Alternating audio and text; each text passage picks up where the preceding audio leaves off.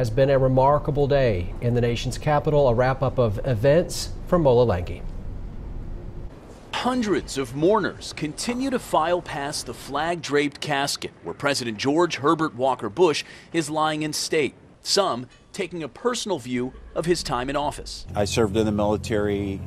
Bush was one of the first presidents I served under. Others shared even more personal connections to the 41st president, like Moses Kelly, whose father was a Secret Service agent when Mr. Bush was vice president. He was on the vice president's detail. They're the nicest people you ever want to meet.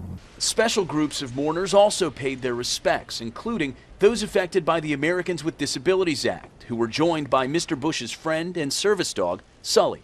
Also, staffers from Points of Light, the service organization founded by President Bush. Son Neil Bush accompanied the group. Another son, former Florida Governor Jeb Bush, praised his father at a Wall Street Journal event in Washington. This is a time to celebrate George H.W. Bush. The Bush family is staying at the presidential guest house known as Blair House. Earlier, First Lady Melania Trump hosted members of the family for a tour of the White House Christmas decorations. President Donald Trump will also visit the Bush family at Blair House today. He and the First Lady paid their respects to the family patriarch last night at the Capitol.